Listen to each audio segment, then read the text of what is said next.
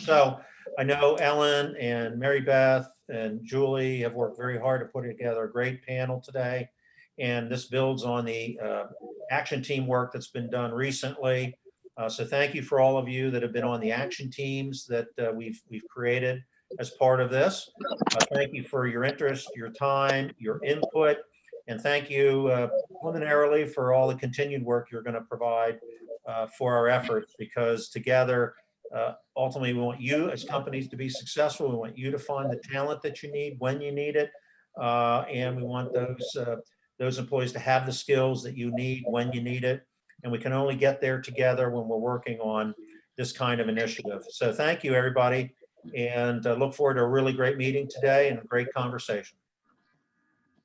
Thank you, Jim. All right, I'm going to keep my meeting overview comments pretty brief here so we can dig into Denise's presentation. But I just wanted to give a couple of high-level overview pointers for the meeting today. We're going to be really digging in and looking at 4 different perspectives, as Jim said, to the talent crisis on both a national, regional, and local scale. So we wanted to give a perspective from each for today's call. One thing I wanted to note is that today's call is being recorded so that folks can watch this and enjoy the meeting notes and hearing from the speakers after the meeting. So we wanted to make sure that you were aware that we are recording the session. Also, the slides will be available from our presenters after the call, and we will be emailing those out in our newsletter next week as a follow-up. So don't feel like you have to take fast and furious notes, but certainly do so if that's something you'd like to do, but no need to rush and quickly write down everything from the slides. We'll have those available. And then I also just wanted to mention, as a quick refresher, the GRCA is working closely with this manufacturing industry partnership to meet the goals that were outlined in the PA SMART grant that the IP received from the PA Department of Labor and Industry.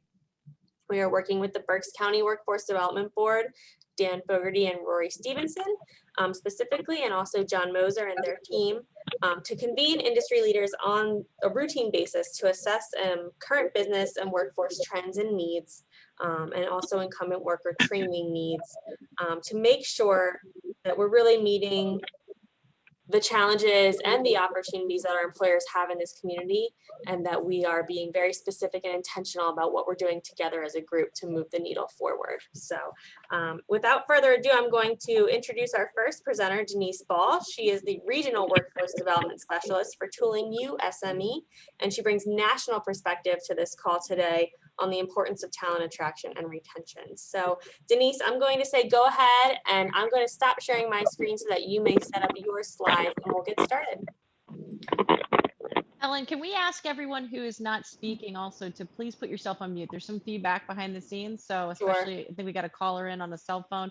Just please make sure you're muted on the program or in the GoToMeeting. You can mute yourselves, or I'll go through the list and mute you. Denise, you're up. Thank you so much for joining us today. And everyone can hear me, correct?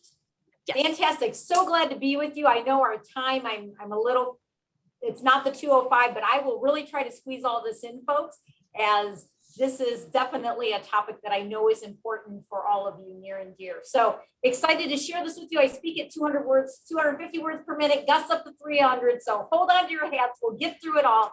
Excited to share this with you on attracting and retaining the sustained manufacturing. I'm going to move my screens around a little bit so I can keep going. So a little bit about myself. I actually am speaking across the country right now, have been traveling like crazy since November, sharing everything through COVID. And even before that, I was on the road quite a bit about attraction and retention and sharing it. So I have a new term for you, COVIDity. I heard it yesterday. I hate it, but I have to share it. I think we all suffer from it. But I am going to talk about it just a little bit and how it has impacted things, because actually, folks, it just got worse. It did not help in any way, shape, or form this problem. So been around manufacturing for 25 plus years, family owned a small machine shop. So I was free labor on the weekends. I just tried to go home with all my fingers. So it was really an important thing. Been with Tooling U SME going on over 9 years now, actually going on 10. And SME, Society of Manufacturing Engineers.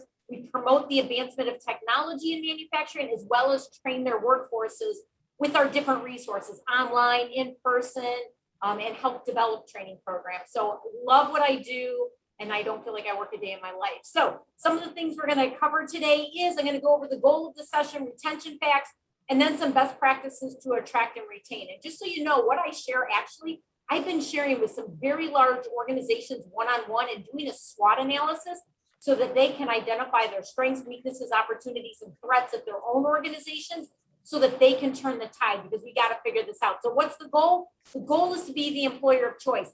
You guys are now competing with a huge pool. And especially if you're looking for warm bodies, not necessarily people who have a lot of skills. Now you're competing with Starbucks and McDonald's because they go part-time, they give all the benefits that full-time can, and it's not helping you.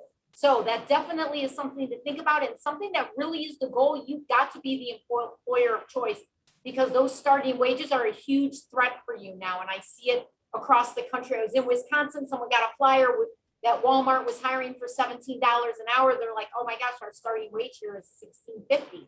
How are we going to compete with that? I'm like, exactly. Someone's going to stand at the door and greet you, or work in your foundry. I don't know. That's kind of a hard choice, right? Seriously, you've got to be the employer of choice. So there is a long game and a short game. I took up golfing this year, loving it. It's a great analogy. Your short game is when you're on the green. That is attraction, folks. And it is very targeted. It is short. You got to get it in the cup. But let's talk about the long game. The long game is the power. It's the elephant in the room. It's retention. What good is it to get them in the door if you can't keep them, right? So some of the things I'm going to be sharing are some of the different trends I'm hearing that are working and helping with both attraction and retention. So current state of manufacturing. Heard a very scary thing. Actually, my phone is listening to me because I was on a call with the state of Michigan talking about the auto, and we were talking about talent acquisition. And they had just released a report that the birth rates were the lowest since like 1942 in Michigan. So you know what, folks, COVIDity, yeah, it may go away. We got a bigger problem, because in the end, it's the birth rates that are going to really bite us in about 10 to 15 years with the population. This is just going to keep getting bigger. With COVID, we have more baby boomers who have retired and are not coming back.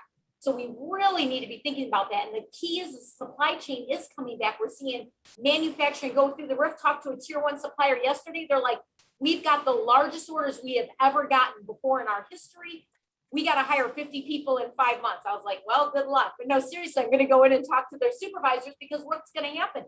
They get some warm bodies in there. They better keep them, because they can't afford to lose them. If they can get 50 candidates in the door, show up on the first date, that's a huge win. So a couple retention surveys came across. 2020 blue collar survey. This was out of Virginia. Employee Bridge put it out, 30,000 people. These are the top jobs. These are all manufacturing. What shift structure? Only 51% wanted 8-hour shift. They prefer mostly, almost 70% wanted first shift. If I'm not working first shift, I want at least $1.33 more per hour. But look at this. This is what I love. Other than pay increases, how can a company higher education institutions to expand workforce opportunities for residents? Thank you. Yep. So other than pay increases, how can companies earn your loyalty? Look at this, 31% promotion and skill growth development. Could company culture, benefits, paid time off? You're going to see these as a theme through some of the other things. What else? What best fits the reasons you left your last job? Only 20% left for more money. So many times people say, oh, a quarter or more. No, they're not leaving for that. And I'll give you the reason why they are leaving. How satisfied are you with your current job? Only 14% were very satisfied. That's a huge opportunity for all the ones that aren't really satisfied. Primary reason you stayed with your last employer? Look at all those. Those are exactly the same things I've already listed. Culture, schedule, growth, PTO. And then are you actively looking for another job? Only 24% were not. So now we've got a 2020 retention report by the Work Institute. Love the Work Institute.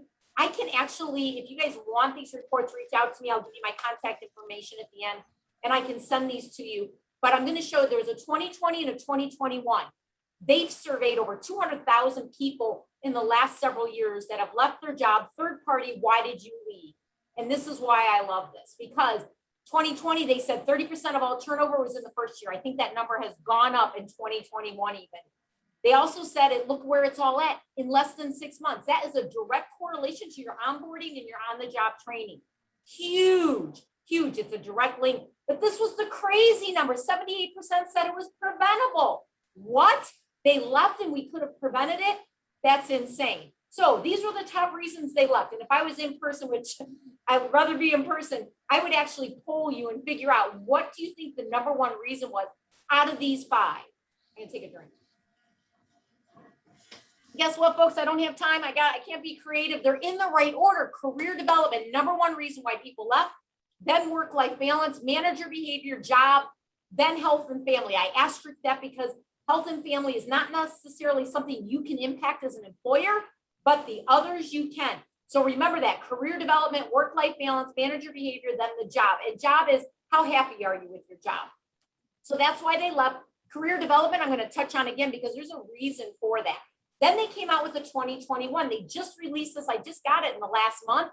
Here's those reasons again, in the right order. Look what happened. Health and family was at the bottom because of COVID.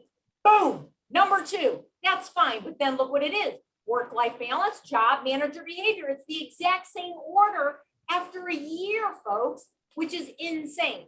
Then we have a cost of turnover report that we did for SME, Tooling New SME. And this was actually 2 years ago. And at that time, 43% of employers were reporting a 20% or higher turnover rate. Guys, I got to tell you, it's through the roof now. So I was at a very large appliance manufacturer in the United States, thousands of employees, quite a few locations. And I went to one of their locations. They have 2,500 employees on location. Last year, they hired 1,000 people. I wish I could see all your faces. You know how many people left? 1,000. 1,000. That's insane. You know how much money that's costing them? Well, we need to figure that out. And I love usually to ask this question. Do you know your cost of turnover for every single job role? If you don't, that is a threat. You've got to know that because you'll never be able to make a business case on what you need and the tools you need to attract and retain. Some stuff is free, but a lot is not. And you've got to know your cost to business on it. So what goes into it? Screening costs, HR time, onboarding and training. That's all your supervisor and team lead salaries. That can add up real quick. Temporary staff, productivity loss. So what's our scrap and our downtime because we have brand new people or we don't have enough people. And then opportunity costs. I went to a foundry, blew my mind of the parts sitting there waiting to got bottleneck going to the last department. They're losing business because things are so backed up because they don't have enough people. Opportunity costs. Generally, when I'm talking to my ops managers, CEOs, they know what that is. All of that should be feeding into your cost of turnover. If you want a rule of thumb, 1/3 of the salary. And that's really low. That is extremely low. So where I've been traveling and talking, I'm actually headed to Mercedes-Benz. At the end of the month, I'm going to Rolls-Royce. I'm going to very large manufacturers because they are figuring out this is costing us money. We've got to solve this. So what's the factor here? Who's the wizard behind the curtain, right? That we can't see and we know is impacting this. What is going on? So this is what I propose. I propose we've got a multi-generational workplace in place. We've known that for a while, but let me share some insight that I kind of want to point out to you. So we've got baby boomers, Gen X, millennials, and Zs. So I want to tell you a little bit about them and how they view work. Baby boomers. What about your baby boomers? They live to work. That's why when they retire, a lot of them have died. Actually, statistically, they show if they were really into their work, like within 2 years, they die because it was their whole identity. They live to work. Xers, that's me. I'm an Xer. Man, it's work hard, play hard, baby. That's our theme. Actually, I'm flipping it around. I've been playing hard, then working hard with axe throwing, golfing, biking. But hey, that's what we're doing. Then you have millennials and Zs. I'm going to group them together. Millennials and Zs. And think about this, 40 and under. That's the group I'm talking about. Zs are up to about 23. That group, they work to support the living that they want. So depending on their living that they want, and if they're in mom and dad's basement, is the type of job they're willing to have. And I'm not even going to talk and go into the alphas. That's your other generation that's up to about 9 or 10 right now. Guess what, folks? They're coming. They're coming and they are on their way. So let me talk a little bit just about these generations. So millennials, guess what their attention span is? At 12 seconds. Z's, 8. Blew my mind when I saw this. I'm like, oh my gosh, no wonder we're having issues. So I was at the airport, had my phone out, was waiting to get in line on an airport. I had this, I was like, I'm not playing with it. Someone texted me, they're like, Denise, you got to read this book. It's a great book. I'm like, ooh, that's a good title. I'm an Amazon Prime woman, got an app, boom, app, put in the title, boom, one click, one swipe, is the internet out? Forget it. I put it down. I was like, oh my gosh, I think that was 6 seconds. I was like, oh, technology is training us. It really is. And you need to think about that. So a couple other things. Why did they buy houses? Baby boomers bought houses because they were starting family. Gen X's, they did it for an investment. Guess why millennials buy a house, folks? Yes, they do buy a house. I got to take a drink. I'm letting my words catch up to your brain. Millennials buy a house, yard for the dog. I want you to remember that. There's a reason I share that. So what else about them? Gold watch. Baby boomers, they're in it for a gold watch. I have yet to talk to a millennial or Z that's in it for the gold watch. You know what? If we get them for 3 years right now, that's actually pretty good. So we need to think about that. So thinking about the generations, let's go into how is this impacting because they're different. It's not a bad thing because I got to tell you, I have 5. I have 4 millennials and a Z. They're all married or dating. I'm dealing with them on 10 on any given day. I usually show a video when I'm in person and do this. And I got to tell you, I remind everybody, we raised them. We're having problems with them, but we raised them. So we got to figure this out. And actually, maybe we didn't do too bad of a job because I started to think, how many of us told them, love what you do and you'll never work a day in your life. I know I told my kids that. I know I believe that because I love my work. I don't feel like I work. I love that. So are we creating workplaces that they will love? That's the trick question, folks. It really is. So I got to just say, let's be thinking about this multi-generational workplace and how that is impacting attraction and retention because it really is. So with this, some recent trends in attraction, definitely social media ads and geofencing. So I'm not talking Facebook, folks. That's where mom and grandma are. No, I am talking about Instagram and Snapchat. That's where my kids are. That's where I'm at because that's where they are. And they're already doing ads. They use geofencing. It's good. And actually, if TikTok comes out with advertising, you better jump on it. My kids send me nothing but TikTok videos. I'm just hoping I'm not on it for any videos I've sent my kids. But seriously, TikTok, you know what? We got to figure out. And so you need to be asking some of the younger crowd, even at your work, hey, what social media are you on? And you need to leverage that to attract that younger generation. Visibility in education, so important. They got to know what's going on inside of your walls and know what you do. Eye-catching sign. Please, please, please do not have a sign that says we are hiring and definitely don't have the little fluttery guy. Those are weird. Folks, no, can't do that. You've got to do eye-catching signs. And I will tell you in a moment some of the eye-catching signs that I saw. Because you know what? Everybody's getting benefits. They're giving 401k plans. They're paying for education. They do it at Walmart and at McDonald's. You better come up with something better than that because others are doing it. You need to leverage your unique characteristic and what sets you apart. Eye-catching signs, and I'll give you an idea in a few minutes. Community involvement, so key. They need to know what goes on inside your walls. So one of the eye-catching signs that they put on a freeway here was they took a picture. They did a party. They did actually, I'm going to save that. I'm going to save that idea. The party idea will come in a second. New populations to attract. Justice involved citizens. I've got some documents on that. If you reach out to me afterwards, I can share that. I can have a conversation. I've worked in prison ministries. Definitely can talk to you about that. And it's a really good pool of people. I'm going to say right now, folks, if your bathrooms and break rooms look like, if your prison break rooms look better than what's in your bathrooms and break rooms, we have an issue, folks. I'm just going to say, I've been to some recently, and I have seen their vending machines, the wheel of death. Really some things that manufacturing need to rethink on this. So also parents and retirees. So with parents, you need the parentship where you've got, they want to drop the kids off. They just want a certain time. They don't want benefits. They're okay with that. Retirees, they want to fish in the morning, work in the afternoon, grab that tribal knowledge. Really think outside the box on this. So in their interview, share your mission and vision. Company swag, give it in the interview. So important with this. And I'll tell you, we are a culture that loves merchandising and company swag. It is so key. And I can tell you right now, Cleveland Browns fan, I'm out of Cleveland, Ohio. 20 years ago, we had one sticker. Oh, I'm going to get in trouble. I forgot. I'm talking to Pennsylvania. It said Pittsburgh sucks. I'm so sorry. Okay, forgive me. But it did. It said that. Now I got hats, I got gloves, I got flags. We still have that bumper sticker, folks. Hope you don't hold that against me. But it's serious. We are a merchandising whole place. So we got to do that with our own brand. Get your brand out there. You got to do your brand and you got to do it well. Give them swag. Give it to your incumbent people. Have them getting your name out there for you. Give them a tour when they come. They need to eat, breathe, sleep, and smell that place. You got to give them an idea of what is really involved so they don't run on the first day. We have runners, they're gone the first break or lunch break. Introduce and connect them immediately. They want to be connected. One other thing I'm going to share, we actually came up with a right fit readiness model that really put like some real thought behind it of if you get 150 candidates, how many are you really hiring?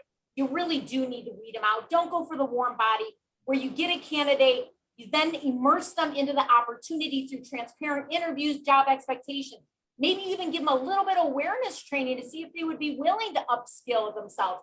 Then you can give them a suitability type of almost test or assessment. Do they have the dexterity that needs? Do they have the ability to pick up something really quick? This is some of the stuff we're working on with some large manufacturers with mock lines. Good, So thanks. important.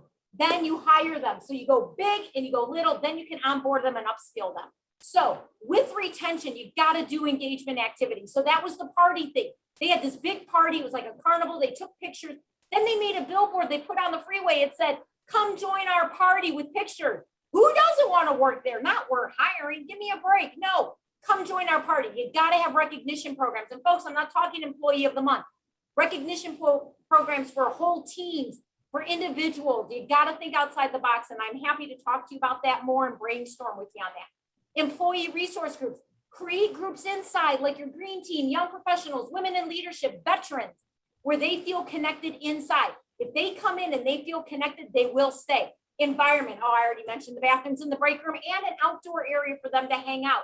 Hope you are leveraging all of that. So new F words in manufacturing. I don't know what F words you're thinking of. I'm saying food, family, fun, and friends. So fun.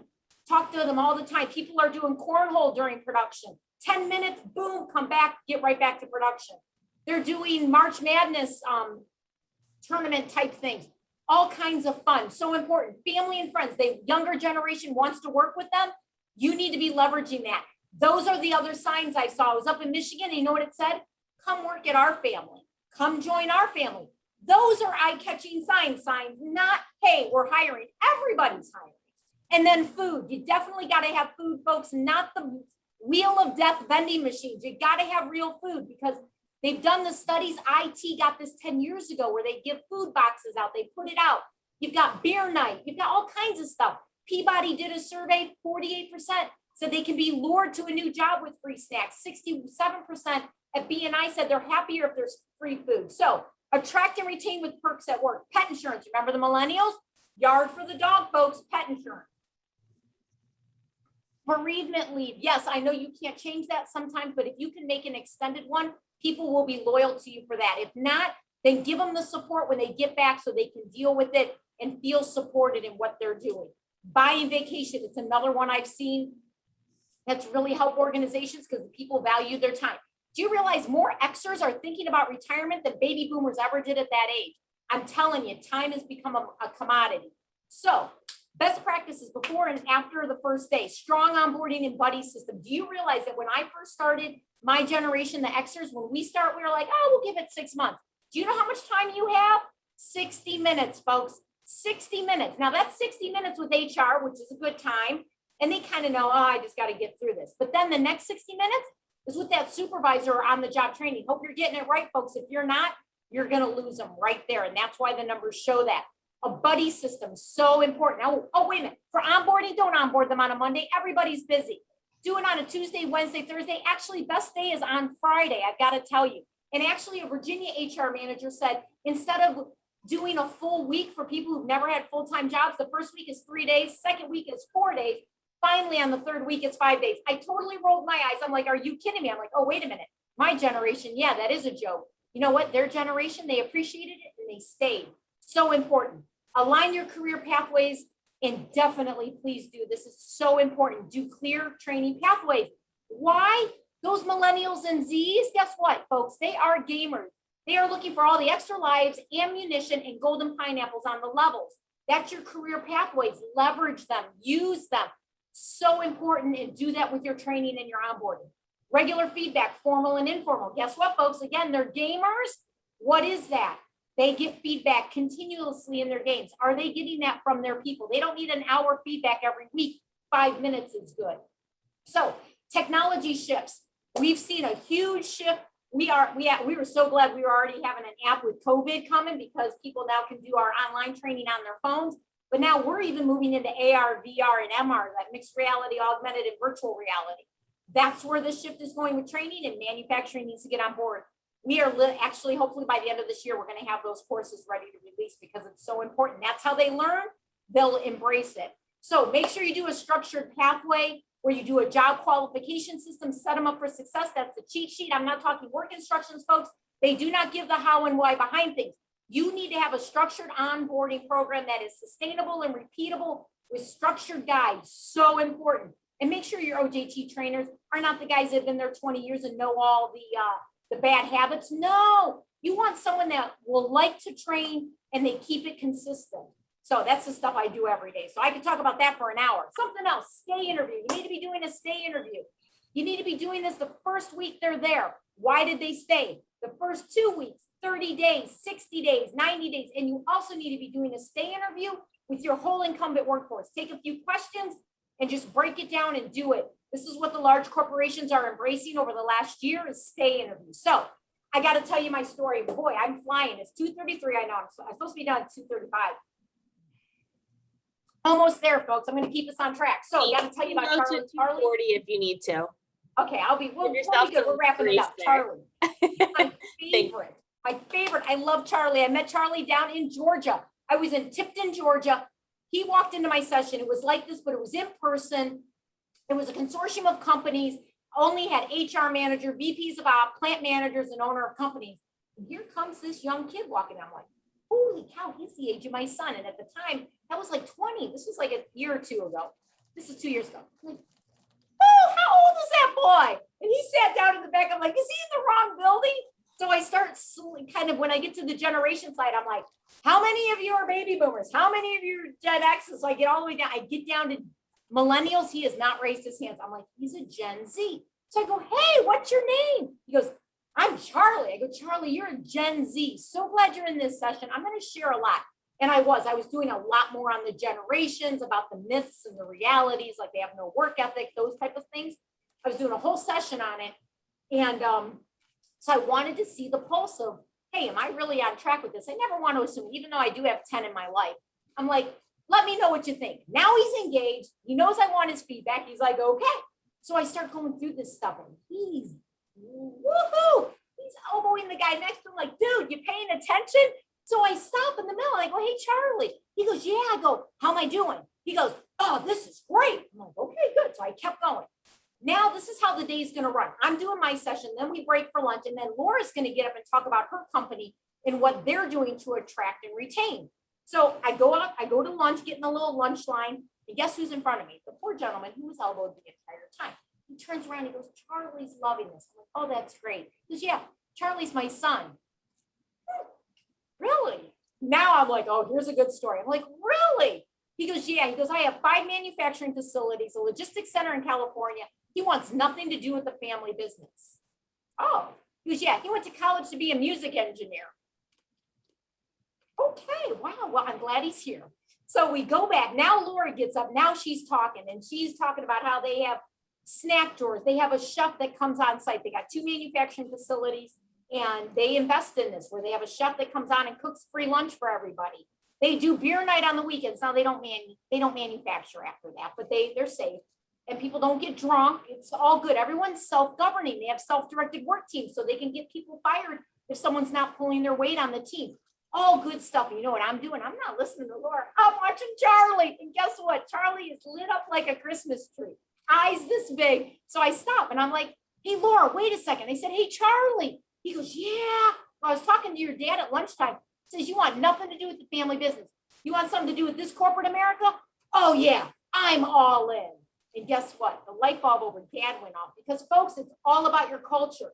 And your culture will eat change, growth, innovation, execution all day, every day for breakfast, lunch, and dinner.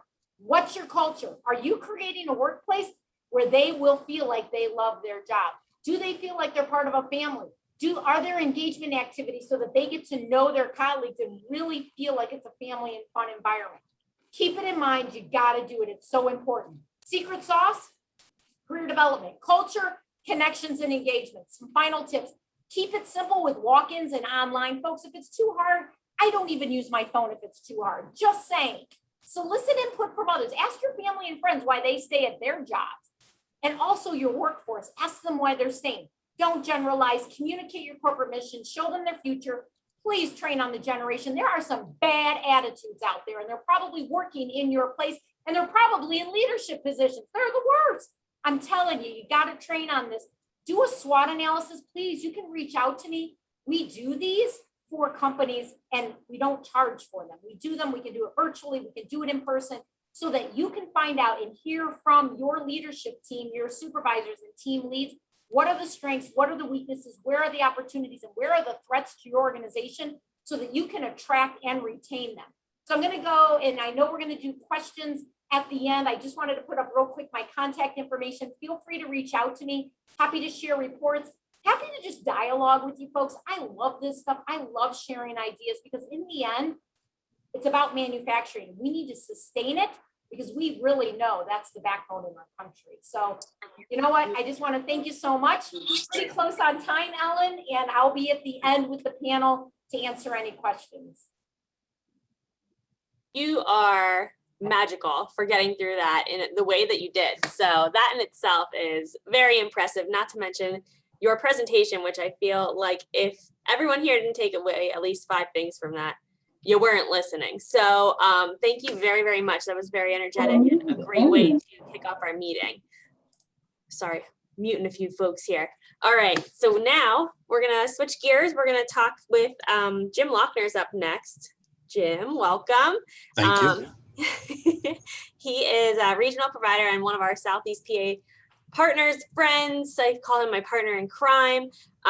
He's been long involved in IP work, far longer than I have been, with the Chester County EDC, and he's a senior project consultant. Today, he's going to talk to us primarily about Hire One and the Refer One program. And so I'm going to just kick right in here. I got to pull up my slides, so give me a second to be sharing my screen, but Jim, take it away. Not a problem. Thank you very much. And I should have known when we started to organize this to ask to go before Denise. My bad, because I have heard her present before. I'm almost feeling like I have to get my cheerleading outfit on, because I was a cheerleader for 8 years, but I will do my best to follow her.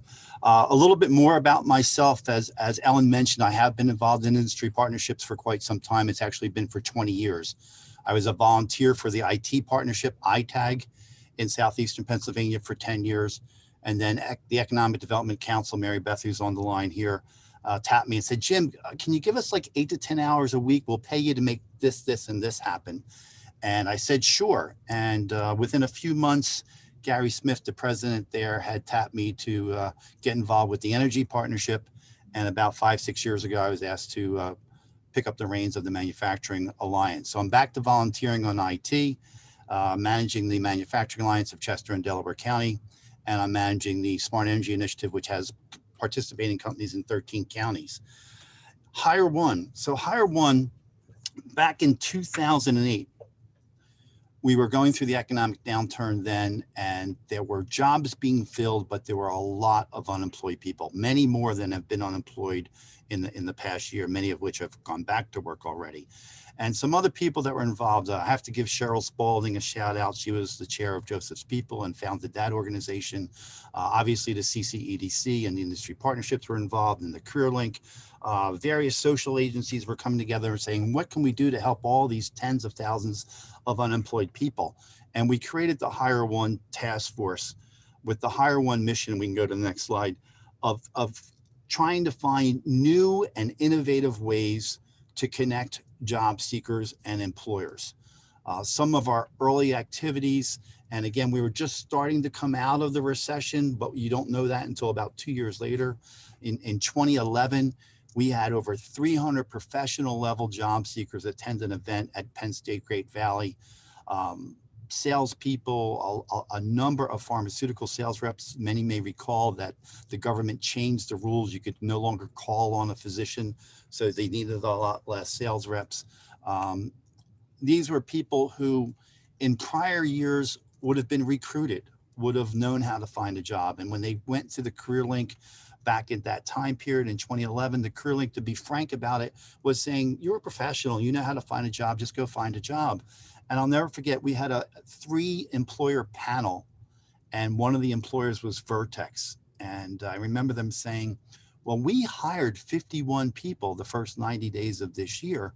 So don't be complaining. We're trying to do our part of hire at least one person. The issue of the time was they had 22,000 applicants in that same 90 days for those 51 jobs. So hire one, we were definitely trying to figure out better ways of making these connections. It was at that time that we taught a course called Using Web 2.0 Technology. This was long before LinkedIn had a resume page. To be honest, I looked at LinkedIn and wanted to invest and didn't pull the trigger, and I should have, because LinkedIn stock went up 100% that year. The networking groups of the technology and the business executives started to flourish during this time period, because the bottom line message, and this is still true today in my humble opinion, and in my humble opinion of having my own consultancy for the last 17 years, is it's still about who do you know? Denise had mentioned about trying to keep it simple, allowing walk-ins for interviews. We come up with a couple ideas that I'll go through in the next couple slides, but it is all about networking, who you know, making sure you're spreading the word on what positions you have available. And quite frankly, one of the things that I teach in my consultancy is that every one of your employees needs to be a recruiter. Now, many of you have already put in place an employee referral program. Oftentimes someone may come to you during a review and say, yeah, I understand the 3%, inflation wasn't that great a year ago, et cetera, but what can I do to earn more money? Well, if you have a $500 employee referral bonus, they turn around and want to refer 4 or 5 employees during the year, that's a significant $2,500 increase to their income. So remind people as you're doing your onboarding, remember to ask for future recruits. If they enjoy those first few days, those first 6 days, that's a great time to ask the new employee, by the way, who else can you refer in to try to find that? So the market changed, but some of those jobs never did return. Next slide, please.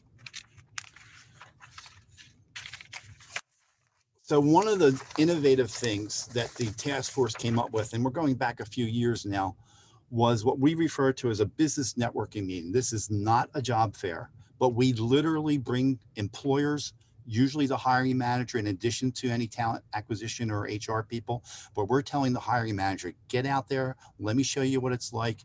Maybe some of your star performers, they are literally in this room with food. We already heard how important food is. So with food, with beer, with wine, this is a get to know you, get to find out who you can refer. No resumes are allowed. And quite frankly, it's not just the people in the room, but who do the people in the room know? So as I introduce these sessions, I will instruct the job seekers to go up to the employers. They have a different type of badge on. It's very obvious who the people in the room are that are hiring. And you go up to them and say, why are you here? What's your pain point? Who is it you're looking for? And the odds are statistically that might not be me. I often use a nurse as the example. Almost all of us, I used to say all of us, but someone said, I don't know any, but almost all of us know at least one nurse. And we encourage people literally to open up their phone and share that contact right there and then and give it to the employer and say, in my case, it's my sister-in-law, Teresa. Teresa for years was always griping about her job. She just recently changed, okay, and left the hospital system and went inside to research. But we all know people that can fill these jobs. As the one slide said, and Denise, how many people are actively looking for a job in today's world? It's usually around 40% of the people are looking, or at least open to having a conversation about a future job. On the other hand, I'll also say the job seekers will say, well, Jim, give me the list of employers or who's going to be in the room. I said, it's not just the employers that are in the room, but who do they know? Where did they work prior? Because they have all those connections, can make those introductions for you. Next slide, please. The other great thing that we've come up with, and this was not my idea, the one person to come up with the first part of it, was we have all these meetings, whether it's the chamber, the industry partnerships, we have all these boards we volunteer for, we have these professionals that are looking for work. Why not give them the floor and give them the opportunity to give an elevator pitch? Give them the reason to say, again, not just these executives that are in the room, that are sitting on your boards, that are sitting on the boards you volunteer for, but it's who they know, and let them present their case in terms of what it is they're looking for. And that always results in interviews and further introductions. The other one about hire one and refer one is Lisa Velt, who used to be with AGI Analytic Graphics, who came up with this idea and said, I'm interviewing all these wonderful people, but in her environment, they had to be able to get top secret security clearance, and not everyone's eligible for that. So she often would say, I know of another peer, another employer that's looking for someone like your skills. Or her first choice said, yes, I'll take the offer, but she was willing to give her second choice or even her third choice the offer. Why not say to that person, geez, we went in another direction. I appreciate all the time you've spent with me. With your permission, I'd love to share your contact information. It's not a recommendation.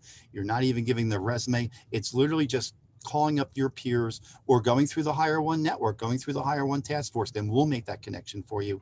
Where you spent 6-7 hours with this person through 3 sets of interviews, why not say to your peer, I spoke to Jim. He's someone that you might want to meet. End of story, end of referral. And then that person's going to be seen and immediately taken into the interview process and then go from there. There's also a lot of support being offered through the workforce development boards. The career links have changed. If many of you companies that are on this call, if you haven't used your local career link in the last several years, I would strongly suggest that you give them another chance. And the reason I will say that, I'm not shy to admit this, many of our career links, if they're not being managed, they have staff that are from privately held for-profit companies that have goals that need to be met. So they're there to serve you as a client. They're there to recruit for you. They're there to find the talent that exists. They're there right now to shake the bushes of the unemployed in Chester County. We have 12,000 unemployed people still, and we're knocking on their doors saying, don't wait till September to look for a job. Let me explain why you should be looking today, because the employers have the jobs now. And if you wait till September, they're going to be angry that you weren't there in May and June when they needed you. There's WIOA funding. I know Dan's on the line. We've had some use of WIOA funding for rapid response types of campaigns. There's a lot of help for the employers as well as the job seekers to offer that. And I believe in our next slide, we have some resources that we can share. You'll get a copy of the slides. I know it's a little bit smaller, but your PA Career Link is one. We have the resources here in Chester County where most of our social agencies are under one roof, under the United Way Stability Center. And I know through Ellen and Jim, they're willing to make the connections there for you in Berks County. With that, I will put my contact information in the chat and I'll be on the panel when we come up for Q&A. And you got us back on time, Jim. So you get a gold star for that. Thank you so much for sharing the resources that you did in a very short amount of time. Knowing the work that you do, I know how comprehensive the services are that you provide. And so I hope that some of the folks on this call do take advantage of reaching out to you to learn more. And certainly feel free. This is kind of my plug at this point. We're halfway through our speakers today. We have 2 more. So as you think of questions for any of our speakers, put them in the chat, or you can send them directly to me in the chat. And I'll make sure that when we get to that part of the program, questions will be asked first come, first received. So make sure that you're taking notes and getting those questions together for later on when we have the Q&A session. So I'm going to move forward now. I'm going to introduce Stacy Miller. You are up next. So Stacy is the Director of HR for Reading Truck Body and Reading Truck Equipment. She's going to share some best practice with us specific to their welding training program, which is a really awesome example of growing your own talent, recognizing a need and a demand, and then finding a solution internally when maybe otherwise there weren't the best options externally, and then really growing your own talent within. So Stacy, feel free to let me know when you want me to advance through your slides, and you are up. Thank you so much for joining us today. Thanks, Alan. Thanks, everyone, for having me. And I got to say, geez, no pressure. Man, after 2 incredible presentations, I'm going, holy man. So, when Ellen approached me about this great session today, and I was thinking solutions to addressing the talent crisis, our training center just came right to the top of my head. And, it started as just an idea. It transformed into a story that we are really, really proud of. So I want to share this story with you today. If you can bear with me, go ahead, Ellen. Let's hit the first slide. So attracting skilled and experienced labor, we all know that's #1 challenge right now in the manufacturing community. And our welders are the most significant classification of skilled workers we have. Without them, it just stops, right? It stops through the whole assembly process to the upfit to the end customer. Go ahead, Ellen. So here's where our story begins. We couldn't find them. We had a huge, huge ramp plan that we had started in 2014 and 2015. And it was a crunch time situation. I just joined the company at the time. And, you know, we thought, well, if we can't find them, why don't we train them?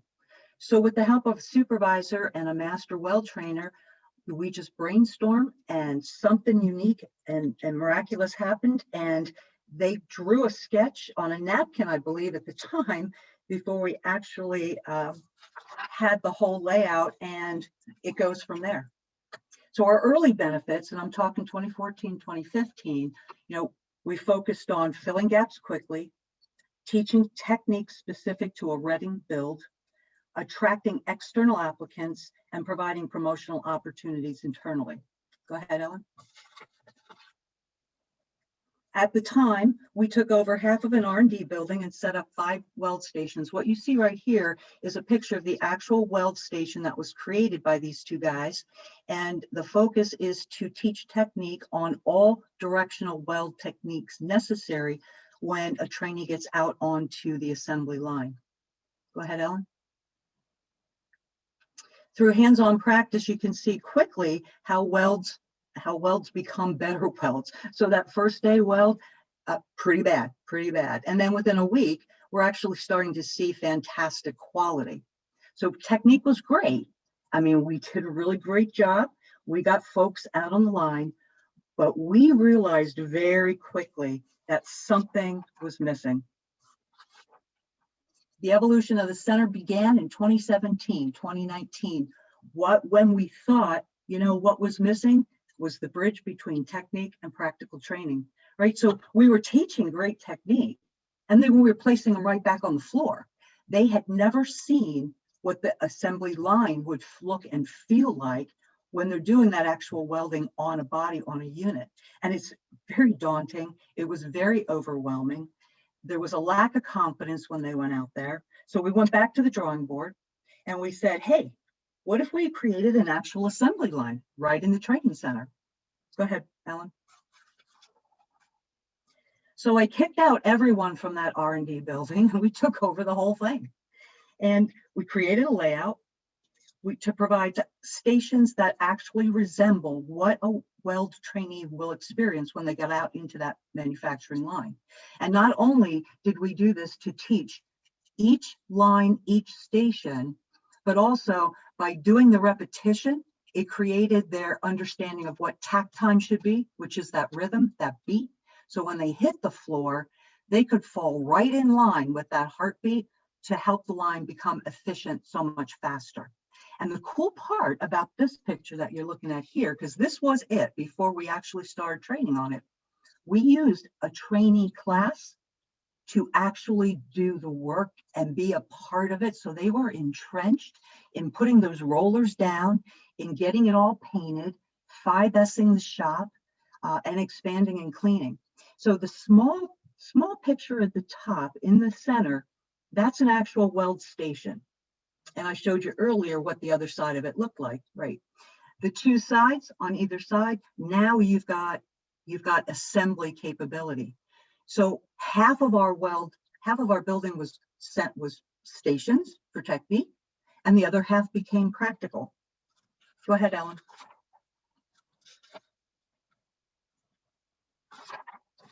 So now what were our additional benefits, right? So higher confidence level of these trainees.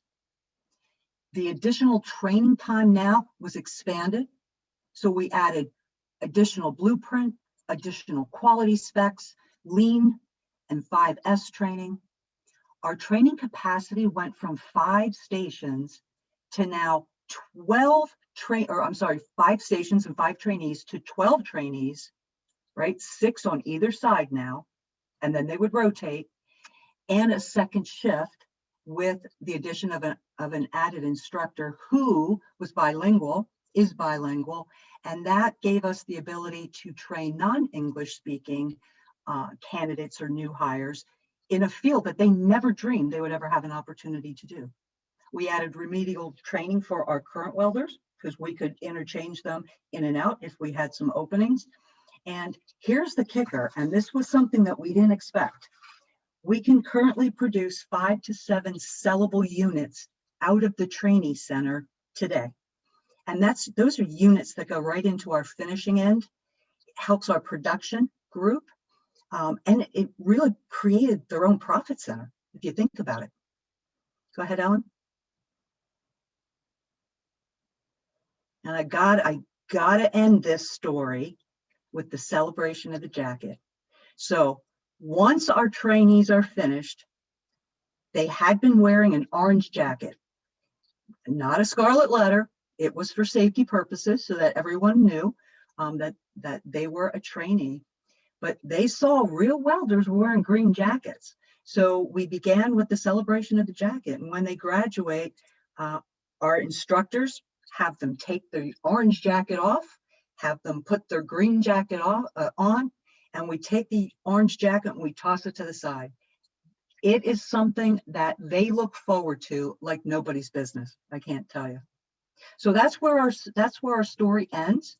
We will continue to grow and develop and have these ideas, but it's very important to listen to the ideas that you have from the floor. We had a problem, we couldn't find our welders. And it's interesting how ideas come to you when you allow a safe place to provide them. And we just took it from there. So questions afterwards, I'll be here and I can answer anything that you have for me. Stace, that's an awesome presentation, and you are just keeping the ante up going with the rest of the speakers today. So we commend you for being so creative and being able to pivot. And we've all heard that word enough during the pandemic, but you certainly made pivot a cool word before the pandemic, in that you saw a need and you were able to, like you said, create a safe space to identify a solution that can now be really celebrated and really creates that mentorship piece within your organization, and also just like you said, really increasing the confidence of the employees, which must really just take that program to the next level. So congratulations on an awesome program. Last but certainly, you bet. Last but certainly not least, we have our director of the Berks Latino Workforce Development Corp. So another acronym here in Berks County. We love our acronyms. So the BLWDC. Darlene began leading this new initiative just as the pandemic was hitting. I think she moved to Berks County just shortly before. And so she spent the last year and a half strategizing, organizing, and developing the exciting programs associated with this organization. And so I'm thrilled to, provide the forum today here to share with you the vision of this organization. And for some of you, you may have started to work with them or learn about them. And for others, this may be new. So I'm excited to introduce this new solution for our community. Darlene, welcome.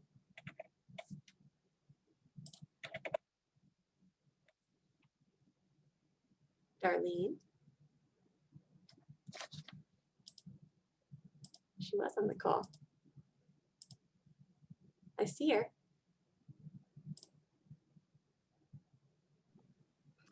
Hello, everyone. Good afternoon. Hi. Hear you now. Okay, you can hear me? Yep. Great. Good afternoon. Let me start with this. I know you're controlling the slide, so yeah, perfect.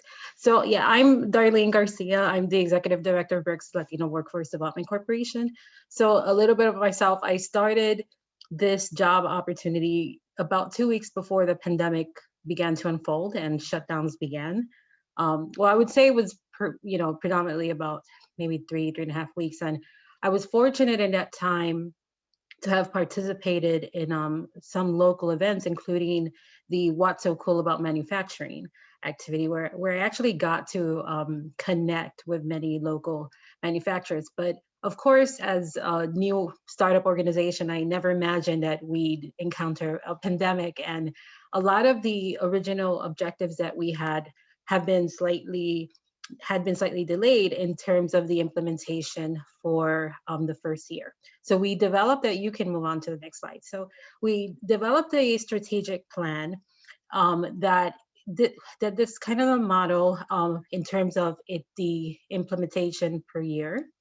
And so we developed this through the assistance of Tweed Weber Danks. And our main objective is to be able to bridge occupational training opportunities with literacy of the problems that are occurring in, I would say, in general, as it pertains to numeracy, ESL, high school equivalency.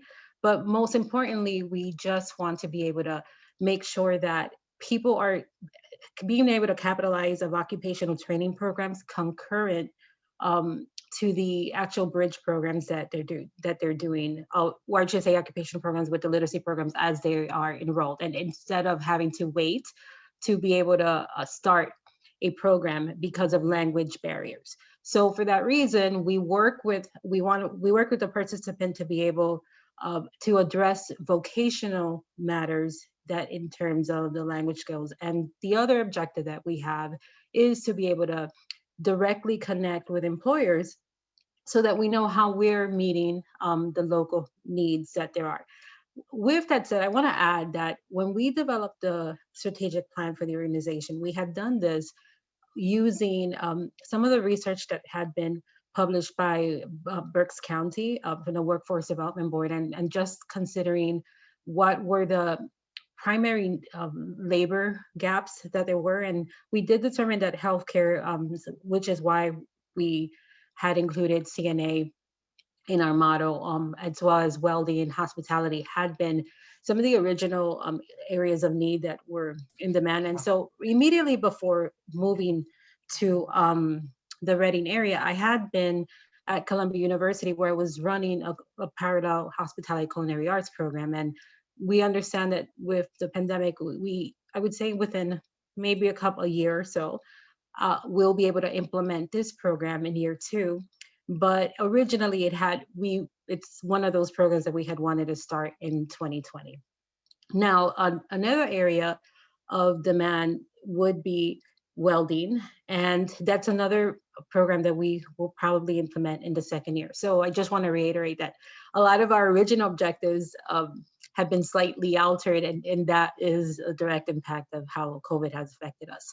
So in terms of what we were trying to achieve the first year, it was entirely just trying to set up our model to be able to raise the funds and have the program capacity to be able to operate in the upcoming months. And fortunately, we were able to partner with IBM through Partners for Work in Pittsburgh, and they offer us through Skills Build a platform in diverse areas, and I'll be able to show you that at the end, of different role-based and also career development skill trainings. And they were individual learning tracks where people do work at their own pace, but as an organization and understanding the digital divide in our community, we want to also be able to offer a cohort model where we can assist people in completing some of these training programs.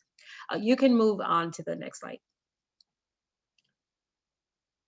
So our focus, because it is adult education, so it would be 18 and over. And as I highlighted, we want to focus on anything that would be related to literacy, workforce, being able to just help people meet them where they're at, and also offer people the case management that they need in order to complete the programming and just diverse wraparound services. And obviously, if we don't have this, we want to be able to collaborate with local organizations and help them connect to what they need. And another thing that we want to focus on is, usually with workforce development programs, most of them only require you to focus on retention rates, let's say up to 6 months after a person has been placed, but we want to be able to offer a case management for at least a year.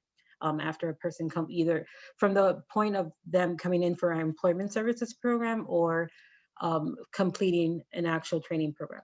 And I also want to emphasize that when we started, we weren't planning on starting off with a employment services program immediately in the beginning, but understanding a lot of the COVID gaps, or just the gaps that were that have incremented as a result of COVID, then we will be launching an employment services program very soon.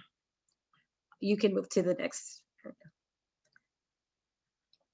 So this I believe I've already predominantly covered. So medical assistant and certified nursing assistants are programs that we will begin this fall. We already are offering the virtual learning. For anyone, any other organization, I want to emphasize that the platform also has a component that is for small business development. As our role as an organization, we want to be able to empower workers so that we can then empower employers. So if there are any businesses that want to take advantage of some of the resources that we have, such as the business development tracks, we want to make sure that you're aware of this, and that if you connect with us, we can help you to help your staff or help you to be able to use this platform. So if you can please move to the next slide. Thank you. Physician office assistant, phlebotomy, and welding hospitality, these are 2022 objectives. You can move to the other slide. And I want to emphasize that all of our programs, it's important that they lead into some sort of national certification as students are completing it. Now, dental assistant, construction, and coding, we're also aiming at these to be implemented in 2022. And I want to differentiate, because currently anyone that comes to our program can participate in IBM that participates in the IBM platform. They can actually take coding classes presently, but what we want to do in the future is have computer coding that's specific to manufacturing. You can move to the next slide. Yes, you can also further advance this. So financial literacy and also programming that's for persons with disabilities we understand that we've consulted with different specialists even at a national level, and high school equivalency that's focused for persons with disabilities in the Spanish language or even geared towards Latinos, the services are actually limited in terms of HiSET or the actually getting the GED. So that's one of the areas that we also are planning to be able to implement in the next year or two. You can move to the next slide.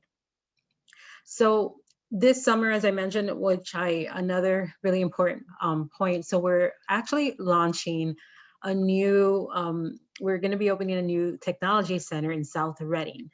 And once we do, which it's expected to happen in about 2 to 3 weeks, where we'll be moving to a new facility and getting it ready for new program services.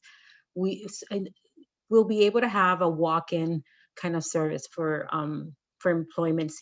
job seekers. And but the other thing that I want to also focus here is this has been a conversation in many meetings that I've participated of, and being able to bridge skills gap with local employers is really a priority for us as well.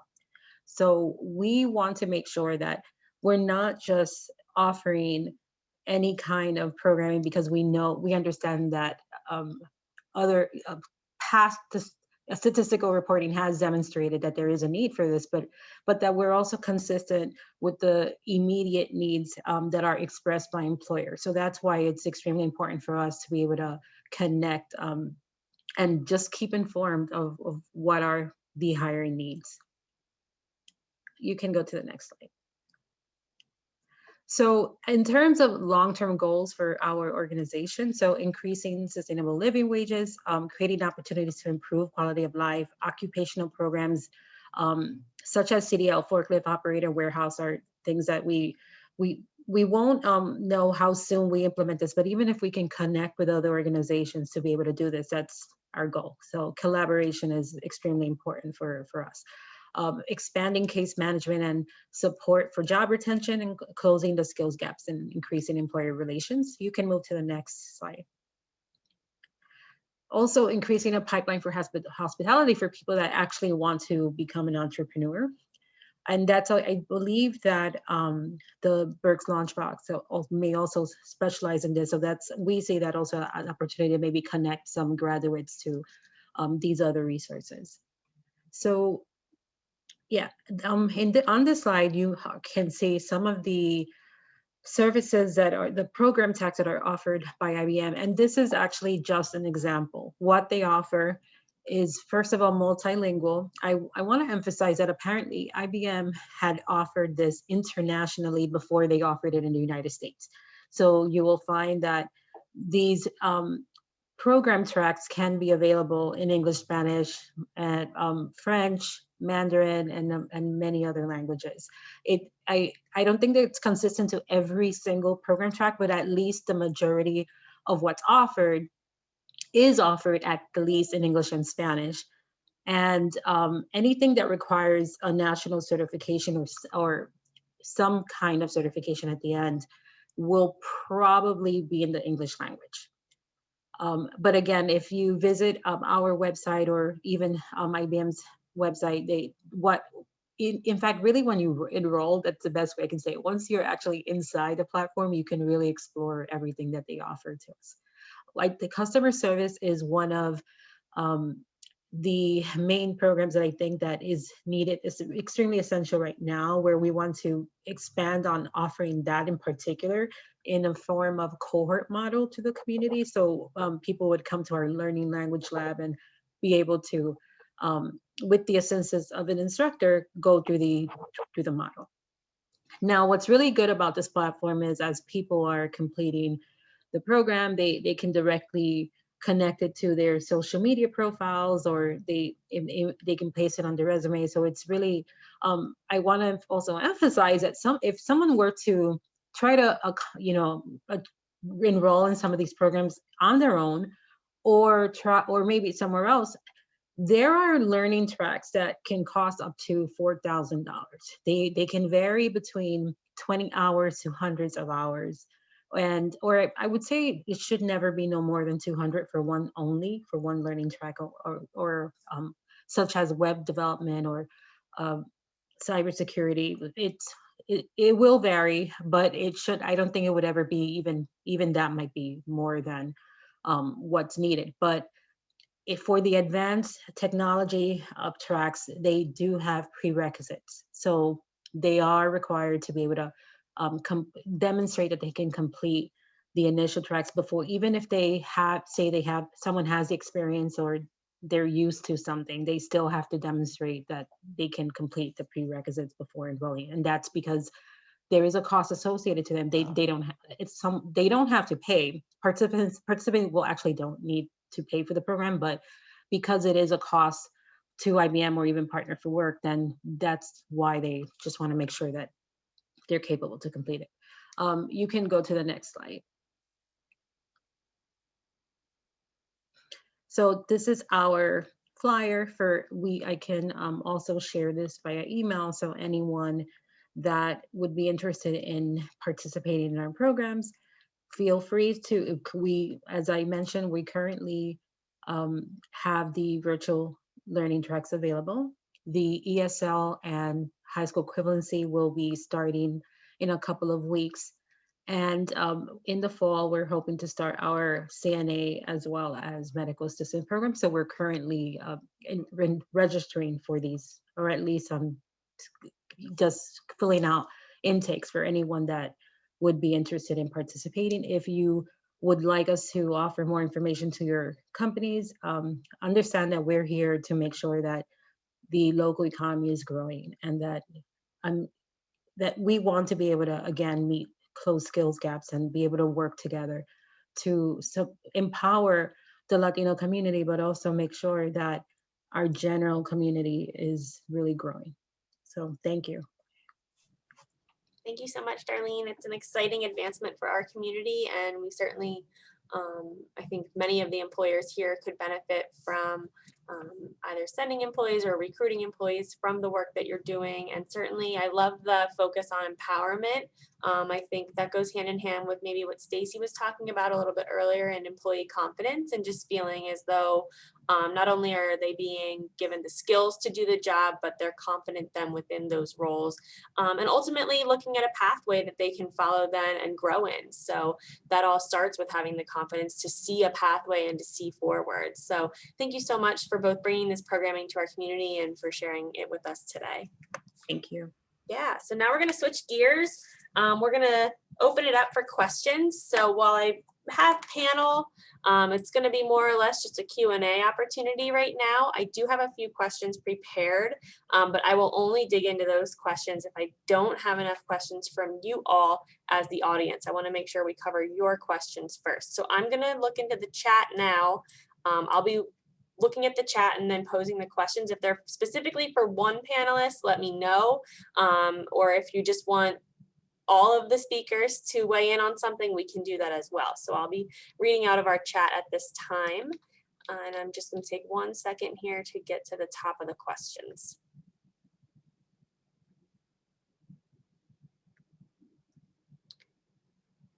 Just a note, Stacy, someone said they love the graduation idea. And here's a question. Here's our first question. This is for Denise. How are manufacturers receiving the need to focus on changing culture? A great question. I'm actually going to combine it with Alexia's about how to get leadership to buy in on a lot of the initiatives. And so I just have to say, at first there's resistance, and that's why I've been doing a lot of these in session with leadership, because I got to hit them a little bit over the head with the 2x4. But once I kind of make the business case for it, then they're like, oh, that makes a lot of sense. It makes a whole bunch of sense. And then they buy in. So I'm finding it, but I also at the very front, I asked them, what was your turnover last year and what does that equate to in dollars? Talk money to them. Make your case for the cost of turnover. Therefore, you'll be able to say, hey, our cost of turnover, I literally worked with one location, it was $1 million last year. They're willing to invest $20,000, $30,000 in engagement activities and in recognition programs. I mean, Stacy does the graduation. That's just a form of recognition. So you got to do this at all levels. So definitely get them that, you got to get that buy-in, you got to make the business case, and they will buy into it because all of a sudden they start thinking about their kids, what they've been telling their kids. They're like, oh yeah, we did raise them.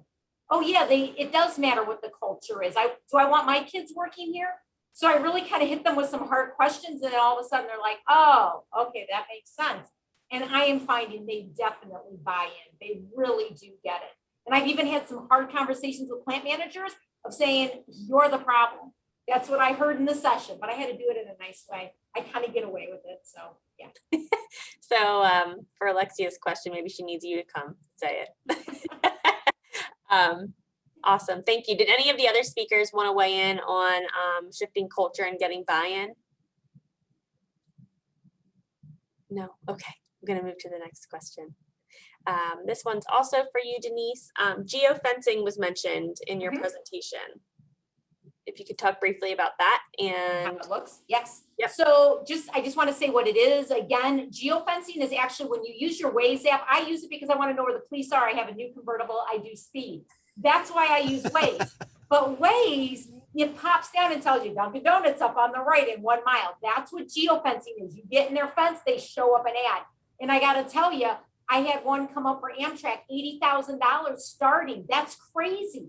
But you get into their fence, you got to expand your fence to how far you want it. Maybe it's within 10, 20 miles. People get in it, boom, an ad's going to pop up if they are on social media, and it's going to say what you're doing. But remember, you only have a quick second. You better capture them with something besides we are hiring. Come join our party. That would be a good one. So just saying, that's a great way. And that is a way to recruit people. It's really an attraction piece. They get inside your fence and that's what pops up.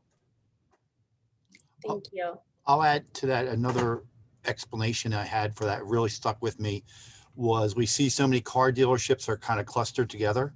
So while you're in one car dealership waiting your turn to talk to whomever, the dealership across the street recognizes your phone and entices you to come over to see their car. So just think of that type of situation. That's geofencing from my understanding. Mhm. Tricky. Well, I'm on to them now, so. Okay, Denise, you were getting hammered with questions here. Okay, is there data to show decision makers regarding how culture can increase productivity? Or are there resources to start with when diving into retention costs?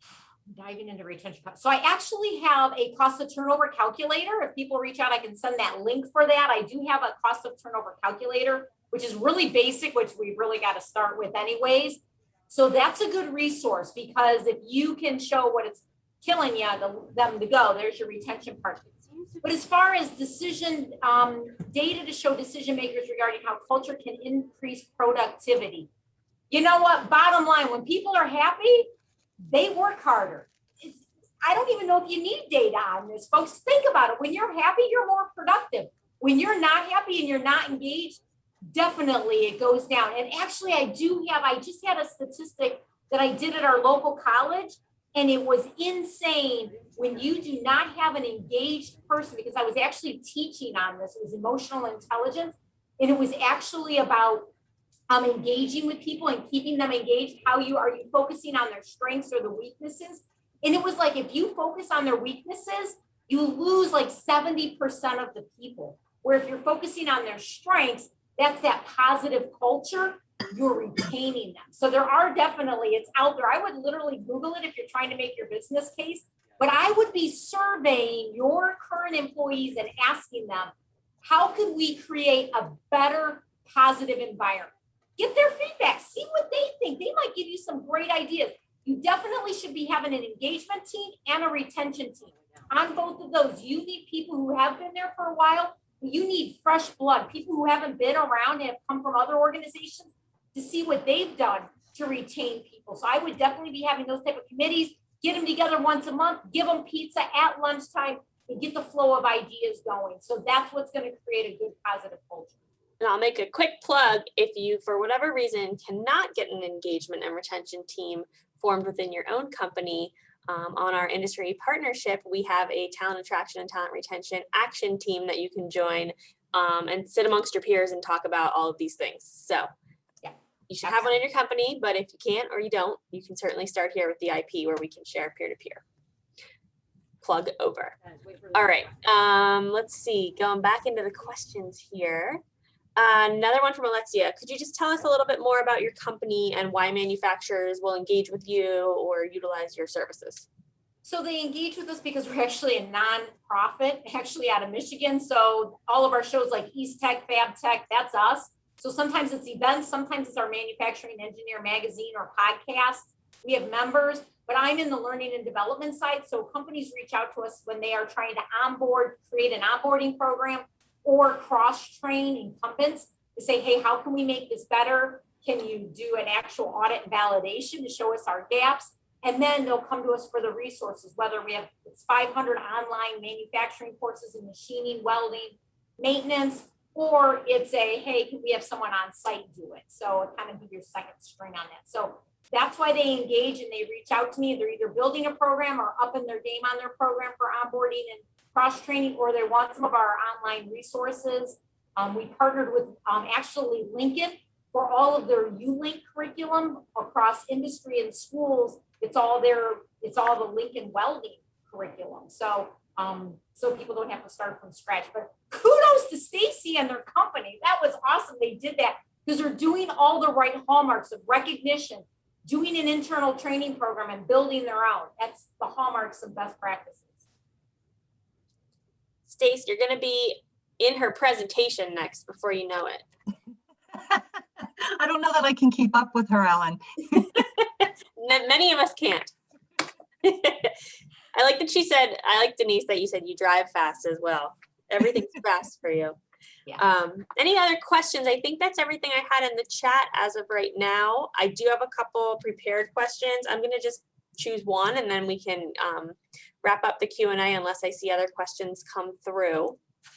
But I'm going to throw this out to everyone. How can employers share resources to boost the talent pool for everyone rather than competing for the same people? So Jim, you definitely talked about that with the refer one, and you know, hey, if your second or third pick isn't a fit, but might be at the company down the street, let's definitely share that pool. That's awesome. And you're already kind of vetting those employees or potential employees.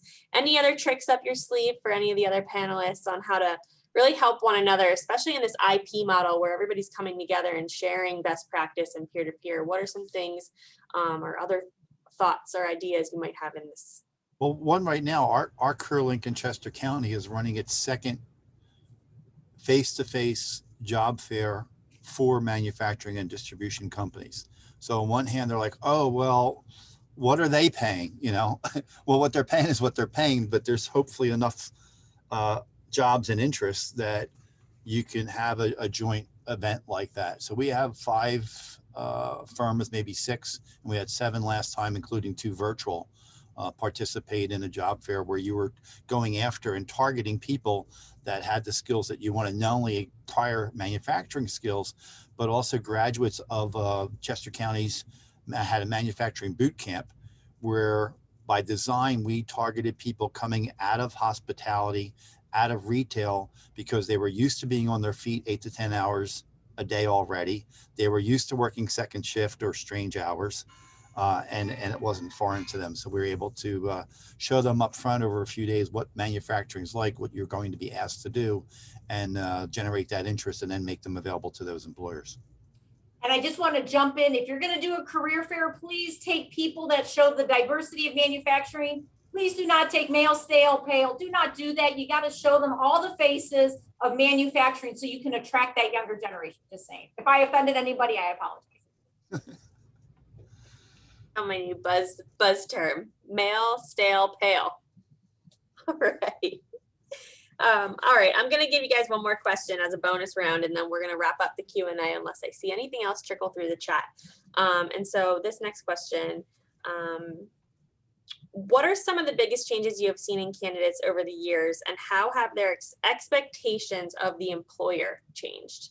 Denise, you obviously touched on this in your presentation, but I will just say that what I've seen is they don't even, they say, yes, I'll be there for the first day, and they don't show up. I hear this all the time.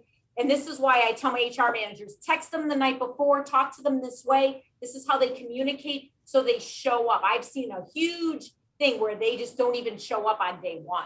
So be thinking about that and how to brainstorm. So they already feel connected when they come in. They know who that supervisor is. They already feel like they're part of a family.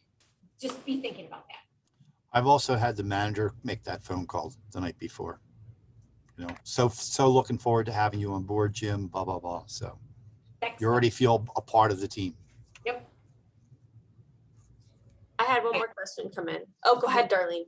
Yeah, I wanted to add that. So there's like encouragement going towards the candidate, but there's also the need to understand the changing expectations from the actual candidate. And what I mean by that is there's always going to be standards like that should never, ever be interchangeable. But I think that a lot of the population that we're working with in general, and I don't necessarily mean, I actually mean young, I would say like probably millennial and maybe Gen Z and anything younger than that, their expectation for flexibility and their sense, a lot of what I've read as well, is like their sense for understanding of just having a cultural wellness is really important.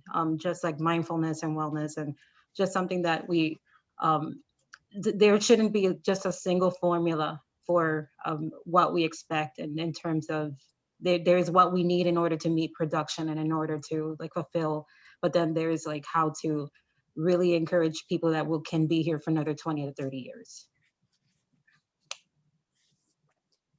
Any other thoughts, Jim, Stace? Denise had to hop off.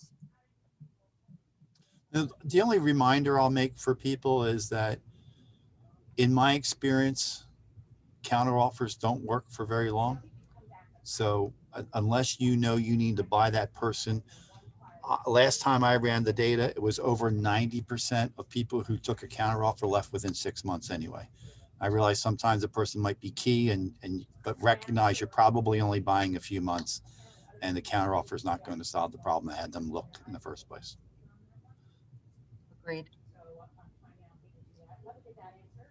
Okay, we did get one more question, and then I'm going to wrap this part of the program up. How do you make new hires understand that a day missed every 8 days is unacceptable?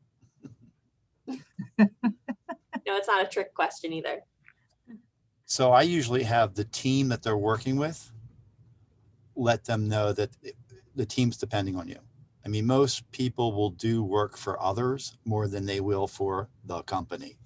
So if the line's going to go down or someone else is going to have an impact, you let that group know, let the new employee know that we're depending on you to be here every day.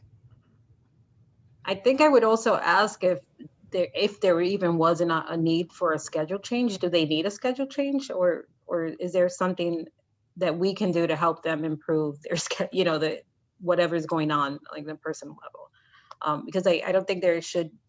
I mean, I wouldn't find that acceptable. So I would just try to work to see how it could be a win-win in terms of rescheduling, or just helping with any, maybe even wraparound services for that person if it's a really serious situation.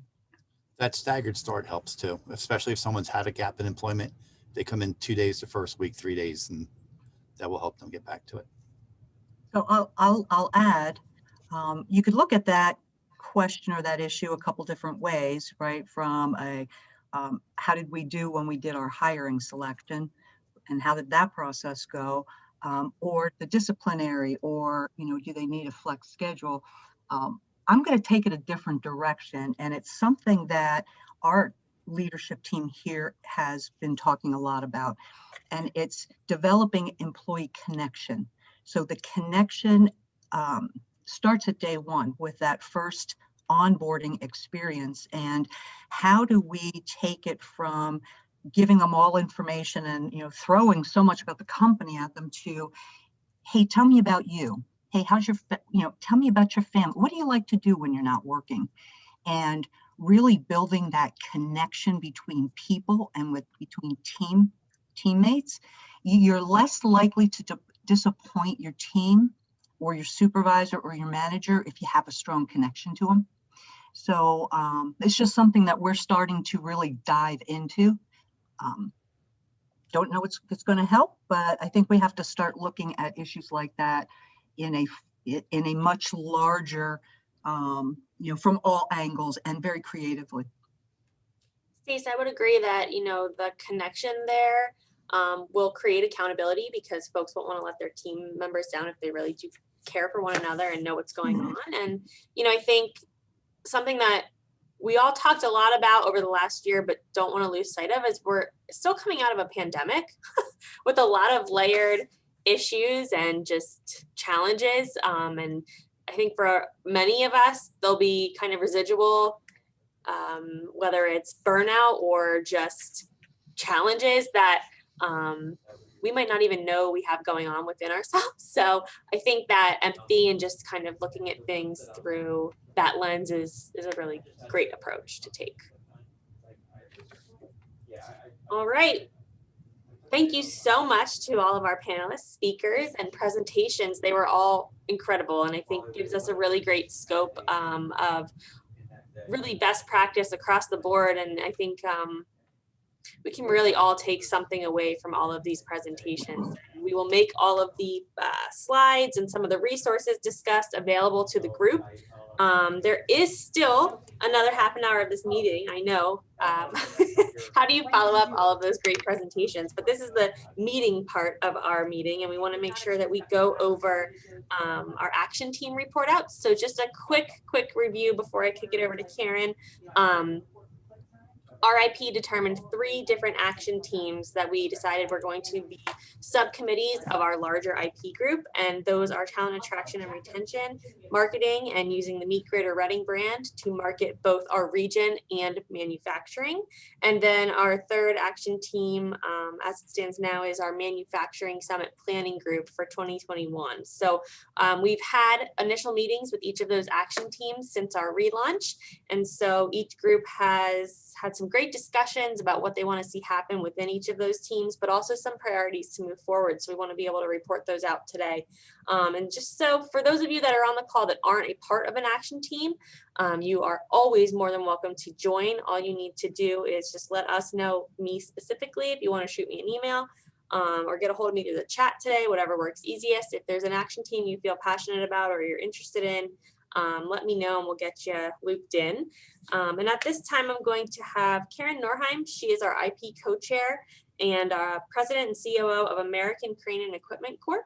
She's going to work through each of the action teams and introduce folks from each of the action teams. But first, before we do that, we're going to go over some really great stats that we recently got on our Meet Greater Reading brand and campaign, and that is our talent attraction and talent retention website and branding that we use when we're trying to attract and retain talent. So I'm going to kick it over to Karen now, and we can look at this fancy slide. Great, thanks, Ellen. And thank you, everybody. Thanks for being here today. Great job, speakers and panelists. We really appreciate you giving us your insight.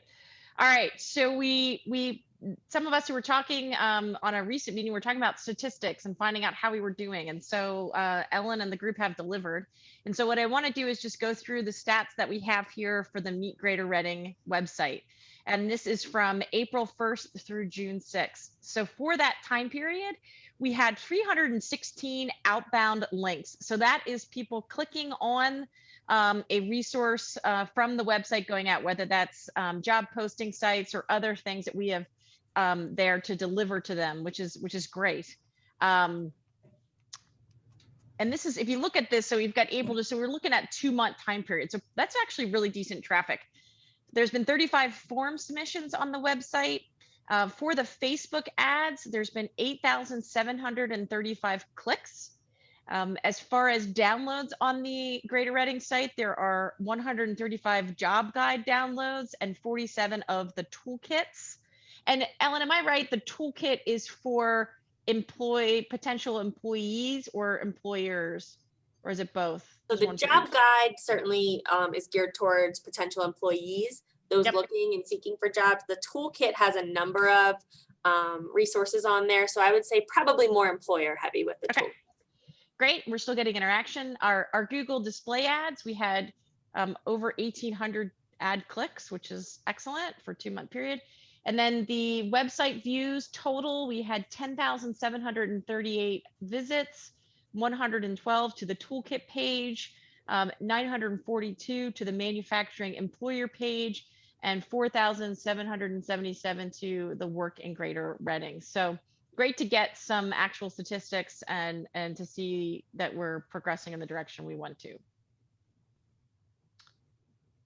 Great, so now we're gonna move on and we're gonna do some report outs. So I'm gonna first look to Christy Gage and Cheryl Spangler to take yourself off mute and just kind of give us an overview of how we're doing with the talent attraction and retention team. Sure. Hi, everybody. Thanks for that kickoff. And certainly Cheryl and I are team leads for this. So if I start rambling, I'm sure she'll keep me on track. I promise to keep this short and sweet. And Karen, thanks for sharing those stats because that was a piece of what we're going to review. I'm certainly not surprised to see that Facebook was one of the leading drivers to our site. That's how I see it. So kudos to the social media team. You're doing a great job. So that being said, yes, our team spent quite a bit of time focusing on the meetgreaterreading.org website. If you haven't seen it yet, I strongly encourage you to go there, click around, see what's there. We did already mention the job guide, the resources, the toolkit, and there's also a job board along with lots of great information about our community. But our conversation really did tend to focus towards the job board because most importantly, if you're going to want to move here to Greater Reading, you're most likely going to start your job search first. Retention and attraction are both of our goals, but I think we focused a lot more on attraction just for this kickoff meeting. So of course, as you're navigating the site, share your feedback with us. We want to hear what you're seeing or what you're suggesting. a lot of what our committee focused on then was focusing on how we can best engage both employers and individuals. So the job board portion, which you'll find on the site under work here, is linked to the PA Americana job board site, which is a fantastic resource, but it's only as good as the employers are utilizing it. So one goal would be, let's find ways to drive more employers to post their jobs there, to, you know, find ways that we can work together on the back end to even share a more comprehensive listing of real-time opportunities in our area. As a job seeker, if you're looking at that site and you know, maybe more narrow focus, you might believe that those are the only jobs available in our community, but that's not the case. We know that there are literally thousands of job openings. So the big question is, how do we capture all of those and filter them back to this great meetgreaterreading.org site? So again, more importantly, we want to continue to find ways to ensure that candidates will have a more broad scope of jobs and employers in our region when they're taking a peek at this site. But we want to keep them on the site, keep them engaged. Because the reality is, you know, right here in our backyard, we've got local employers, we've got national employers, and even global employers. So it's really time that we continue to put Greater Reading on the map and show them what we've got. With over 500 manufacturers right here in our community too, that full listing of employers, I think, will be super eye-opening for even the folks that live here and don't even recognize that. Because I know a lot of these employers are offering amazing opportunities, competitive wages, awesome employment packages, hiring incentives, and all of that. So how do we just continue to spread that message that you can live here and work here and be super successful? So that's where I would start to ramble, just based on, you know, many hats that I wear professionally and personally. But I'll ask for Cheryl to kind of jump in and hit on anything I missed or deliver on some of the action items that our committee had come up with. I think you did a great job, Christy. Thank you so much for kicking our meeting minutes off there. Thank you. Some action items. Well, the first action item was to get statistics on the actual website. So thank you. That was awesome to see. And again, I encourage all the employers or anybody to go on to the website and check it out and give us feedback on how to improve the website so we can make it better for everybody to use. I think it was a great idea to get that information out, to get people to want to work and live in the Reading area. So let's keep it going forward. I think that's about it. You hit about everything, Christy. So thank you. All right, thank you guys. Good stuff. Appreciate it. All right, so we're going to move on to the next team report out, which is the marketing Meet Greater Reading. So this is Nick Thomas. Good afternoon, everybody, and thanks for having me as well. I'm going to try to keep it even more brief since there's a lot of overlap that happened. It's no secret that the manufacturing group here as a whole is focused on talent attraction and retention, right? So the marketing team for this said group is also then focused on that very same issue. So there's a lot of overlap that we talk about, a lot of similar discussion and action items. So the main difference would be we have to now kind of take the feedback and the lead from that team and say, okay, what do we implement first, or what do we try to pick off of that list? So some of the things we're looking at are the Meet Greater site itself. And from the feedback and what we were diving into, is there a quicker way to get people to look through the tabs? Just kind of more like housekeeping with that site and how that then translates over to also the PA Americana site where the job postings are. We want navigation to be simpler, keeping in mind who the end user is, special call out button maybe for looking for a job, maybe like a pop-up type of thing that'll happen. Again, different audiences using the site. So what is the content on it and how are we capturing them or directing them where we need them to go? How about an infographic on the website, perhaps? Cost versus benefit of college or manufacturing jobs. So kind of looking at how we're pushing the next generation into this decision and maybe giving them a little bit of insight into that financial responsibility part of it going forward. How can we encourage others to transition from manufacturing jobs or to manufacturing jobs without feeling they have to go backwards in pay? So looking at some different language on there and some different ideas of how we can entice people. Possibly an email once a week with companies that are hiring, just to gain their feedback and keep up to date with what they have to post. Also looking at maybe a video series on culture, youthful hires, video snapshots, just different things to highlight some culture and different faces in manufacturing. Our digital efforts overall, how do we weave them into, Meet Greater Reading and PA Americana, and how do we make that come off as best as possible with that visitors bureau. And then Career Ready Berks also. So that's our kind of talent pipeline piece. How do we amplify that message and get the IP members active on their committees there? Incentives or campaigns. This was a fun one, Ellen. So hopefully we get some traction with that. If you move to Berks County, we will pay for your first year of housing, is kind of in quotes, meaning, is there some sort of big idea that we can come up with that would help attract some folks from outside the area to move here? And we want to try to think big and see what we can get rolling there. Keeping in mind something like Ohio's lottery for getting vaccinated, right? So along those same lines, how crazy can we get? And then regional marketing and co-branding efforts. Also a mentor button, perhaps looking for a mentor in the industry question, perhaps link up with the MRC's dream team on that. So some action items that have already been happening. You saw the data. So that was one of them, looking at Strunk Media for data and metrics, obtain an infographic on the cost and benefits, college and manufacturing, look into possible video series to highlight companies, looking for maybe a sponsor for that. So if you've got some funds and you want to throw some things out there, let's talk. And then can a link to employer job sites be included on the Meet Greater Reading site? So just looking at better ways that we can link those things together and try to hopefully get some better traction. Awesome. Thank you so much for the report out and for all your efforts. It's great. I feel like we're moving into the area where we're actually, we're getting things done, and it feels good, I think, for all of us who are on the group here to know that that's happening. So excellent. All right, so the last section to talk about is the Manufacturing Summit for 2021. And Dan is not on the call. I saw he was on here earlier, Ellen, correct? He's got another meeting going on Okay. at the same time. So I think if you and Alexia can cover it, that'd be awesome. Sure.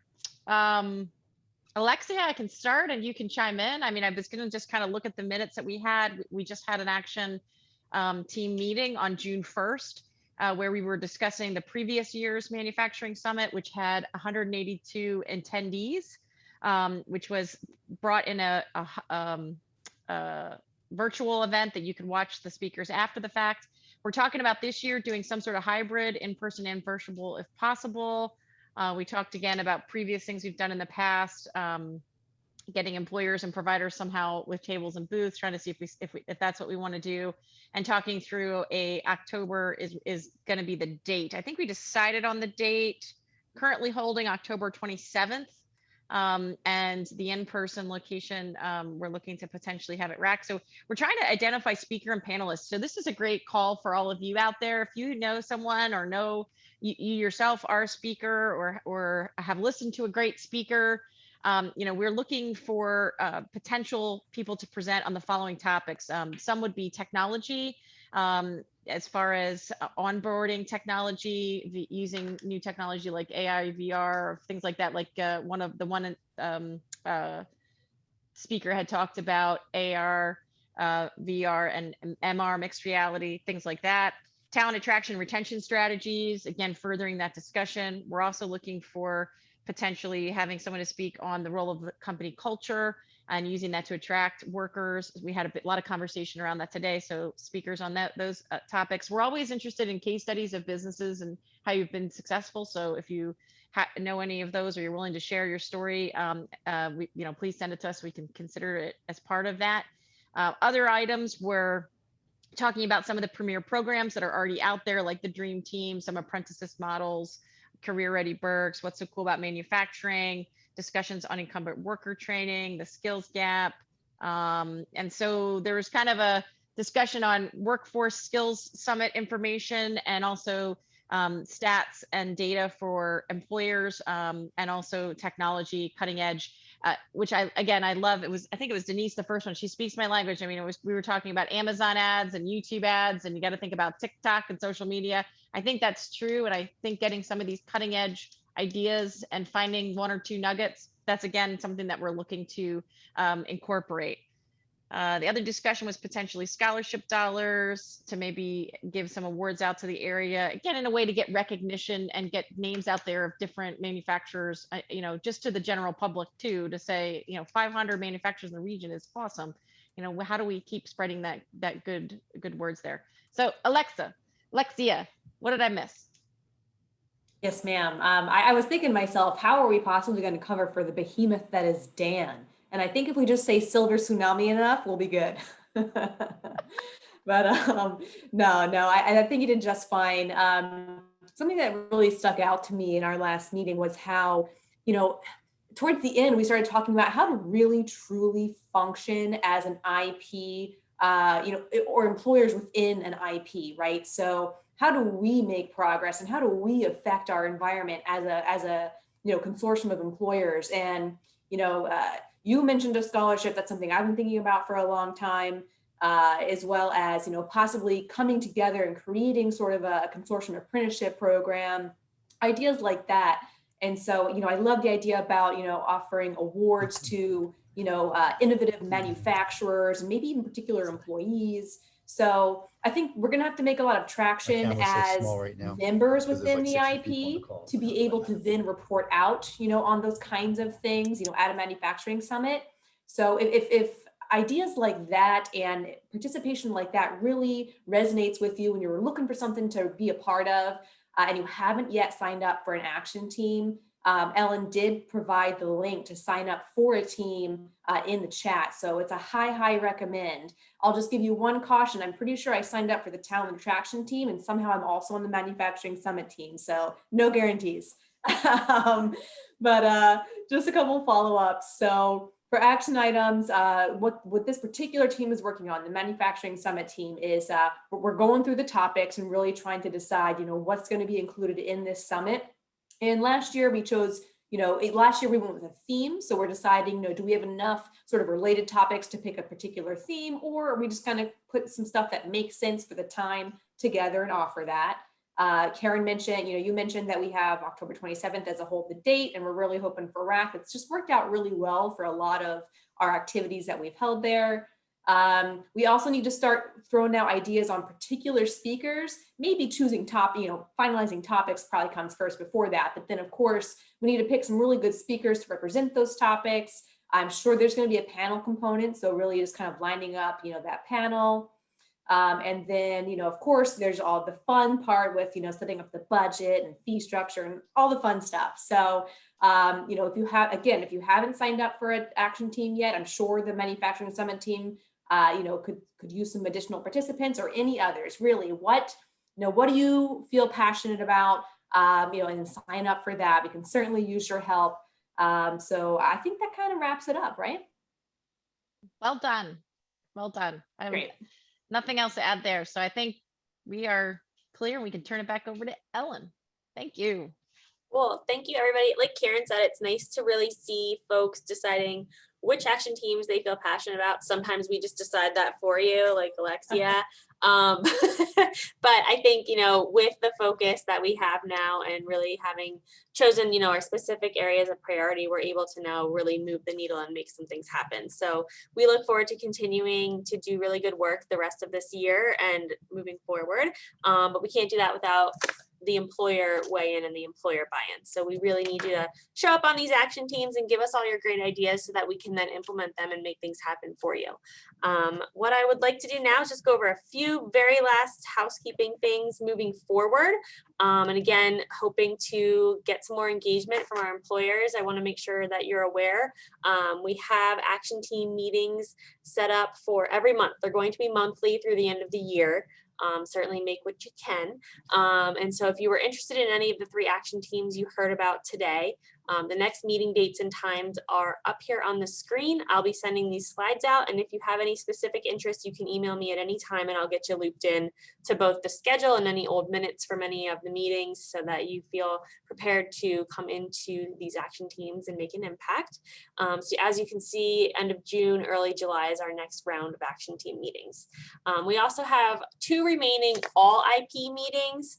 So where the providers, partners, and regional partners come around the table and we have a meeting like this with some information and then also some, portion of the program geared towards our IP goals. We're working on a September date.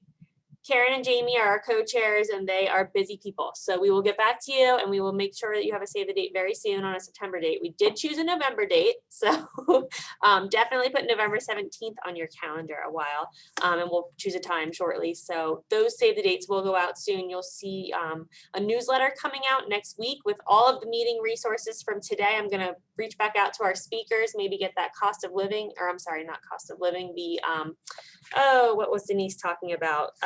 The cost of There was turnover calculator. I think. Yeah. I'll get that resource. I'm going to get the flyer from Darlene, maybe some things from Jim and Stace if there's anything from her presentation that folks would want to hear more about or see more about.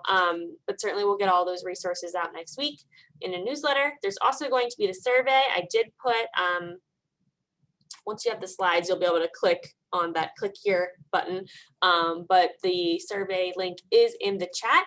That is going to ask you how you felt about the program today, but then also there's an opportunity to sign up for an action team there.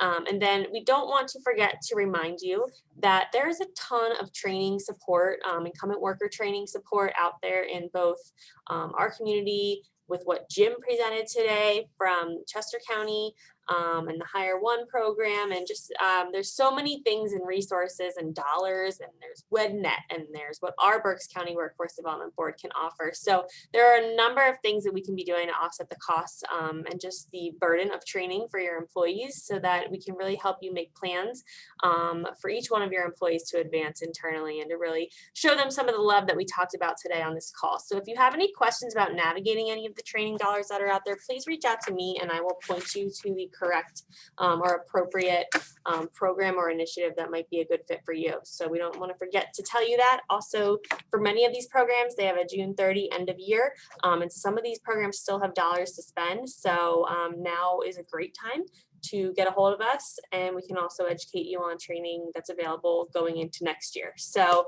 lots of good stuff going on. As you can see, I feel really good about where our IP is going and all of our action teams, and I'm really just proud of our manufacturing community here and coming together around so many of these issues. So if you have any other questions or comments for me, throw them in the chat now and I'll make sure I follow up with you after the call. I'm going to leave the call on for a couple minutes just in case anybody does want to send me a note. But otherwise, we are finished, and thank you so much for joining us today.